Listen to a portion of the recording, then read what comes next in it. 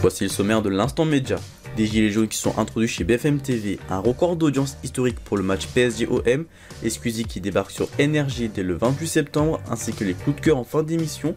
Mercredi 16 septembre 2020, c'est l'heure de l'actu des médias en 7 minutes. Bienvenue dans ce 36e numéro.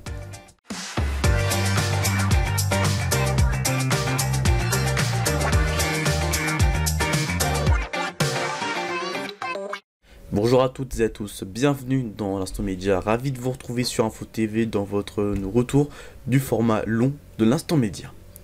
Les Gilets jaunes ont fait leur rentrée ce samedi, a eu lieu une nouvelle mobilisation organisée dans toute la France et Paris sont les premiers. Dans la capitale, des heures ont opposé une partie des manifestants avec les forces de l'ordre et les chaînes info continuent à suivre le mouvement tout au long de la journée. Mais une des chaînes a payé le prix le plus fort, BFM TV. En effet, des membres des Gilets jaunes se sont introduits dans le hall d'entrée de Altis Campus, situé dans le 15e arrondissement, et qui regroupe les médias du groupe Altis, dont fait partie la chaîne de la TNT. Cette actualité a beaucoup été visionnée sur Twitter et montrée en direct sur Facebook, où on voit les Gilets jaunes vêtus de la célèbre chasuble entonnée « On est là » pour inciter d'autres manifestants à les rejoindre, en qualifiant BFM TV avec, je cite, de poubelle de l'information ou encore de médias collabos.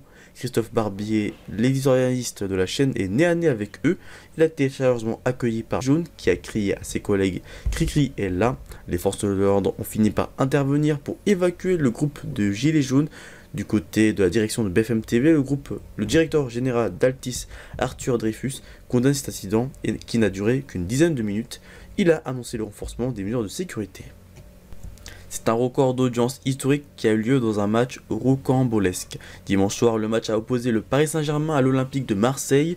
Les joueurs de l'OM ont mis fin à une série de 10 ans d'échecs face au club de la capitale, remportant leur rencontre 1-0. Mais du côté du terrain, c'était une autre ambiance. 14 cartons jaunes, 5 expulsions par un carton rouge, sans compter la polémique autour de Neymar qui accuse le Marseillais Alvaro d'avoir tenu des propos racistes. Rencontre qui a surchauffé l'équipe du soir présentée par Messaoud Panterki. Le débrief de la chaîne L'équipe a été suivi en moyenne par 881 000 téléspectateurs, soit 8,2 des individus de 4 ans et plus, jusqu'à 23h53 selon Médiamétrie. Le pic a été enregistré à 23h07 à hauteur de 1,2 million de fans de football, performance qui a fait grimper la chaîne sportive à la 4e chaîne nationale dans cette tranche. Le live commenté de Paris Saint-Germain OM s'est ainsi offert un record historique avec 1,6 million de visiteurs uniques. Squeezie se lance dans la radio. Dans un communiqué, ce vendredi, Énergie annonce l'arrivée du youtubeur aux 15 millions d'abonnés dès le lundi 28 septembre et pendant 2 semaines, il animera sa propre émission qui sera diffusée du lundi au vendredi de 21h à 23h. Musique, humeur, délire, invités et jeux vidéo seront les thèmes de son émission pendant 2 heures de direct. La station précise que Squeezie partagera ses humeurs et échangera en direct avec les auditeurs. La stratégie de Squeezie est de diversifier son contenu en touchant un peu à tout. Il présente sur sa chaîne YouTube lancée il y a plus de 10 ans le thème de jeux vidéo principalement. Il s'est mis au live sur la plateforme Twitch depuis plusieurs années. Il a lancé sa propre marque de vêtements et a collaboré avec plusieurs artistes pour sortir son album baptisé Osis. Sortie prévue le 25 septembre prochain, 3 jours avant sa première sur Énergie. 14 morceaux seront disponibles. Il sera l'occasion pour Squeezie de promouvoir son album pendant 2 semaines sur une station musicale populaire.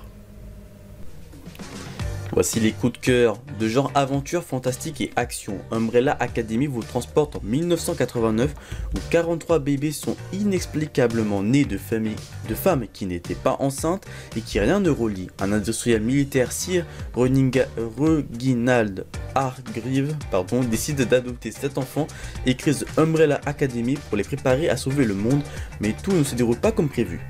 Biohacker de genre drame, science-fiction et thriller raconte une étudiante en médecine, Mia, qui découvre l'utilisation de la technologie de pointe de biopiratage au sein de son université, mais elle devra décider de quel côté elle souhaite être. Si vous ne connaissez pas la personne que vous aimez dans Dirty John de genre drame et thriller, Debra finit par épouser John, mais est-ce que le bonheur est réel? Tara et Veronica aura comme mission de chercher à démasquer cet étranger qui s'est immiscé dans leur famille. Côté film, Tenet, nom du film ainsi que le nom du personnage décide de se battre pour sauver le monde. On suivra notre protagoniste sillonner l'univers crépusculaire de l'espionnage international, projeté dans une dimension qui dépasse le temps. Il ne s'agit pas d'un voyage dans le temps, mais d'un renversement temporel. Police raconte 3 flics parisiens, Virginie, Eric et Aristide, qui se voient obligés d'accepter une mission inhabituelle qui devra reconduire un étranger à la frontière. Virginie combattra les dangers du prisonnier qui, s'il retourne dans son pays, et cherche à tout prix de convaincre ses collègues de le laisser s'échapper. Enragé débute pour une mauvaise journée pour Rachel qui était en retard pour conduire son fils à l'école. Elle reste bloquée au feu derrière une voiture qui ne redémarre pas. La journée de Rachel se transformera en véritable cauchemar, pick-up bloqué plutôt furieux. Dans les programmes télé à ne pas manquer, ce soir vous pourrez voir et revoir les aventures d'Indiana Jones dans Indiana Jones et le royaume du crâne de cristal, c'est à 21h05. Suivi d'Indiana Jones et à Dernière Croisade à 23h20 sur M6. Vendredi, vous retrouvez la suite de Koh-Lanta, les 4 terres, sera à 21h05 sur TF1. Et samedi soir, un nouveau match de la Ligue 1 qui opposera Rennes à Monaco à 21h sur Canal+.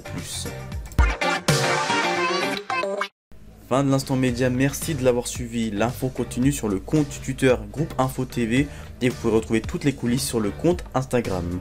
Prochain rendez-vous, vous retrouvez exceptionnellement ce dimanche et non pas ce samedi à 14h pour le plus de l'info. Quant à moi, je vous retrouverai dans 2 semaines, le samedi 3 octobre pour le 4e numéro de Faut-il. Et de toute façon, on se retrouvera le mois prochain pour un nouveau instant média. D'ici là, passez une très bonne journée sur Info TV. D'ici là, portez-vous bien. Ciao.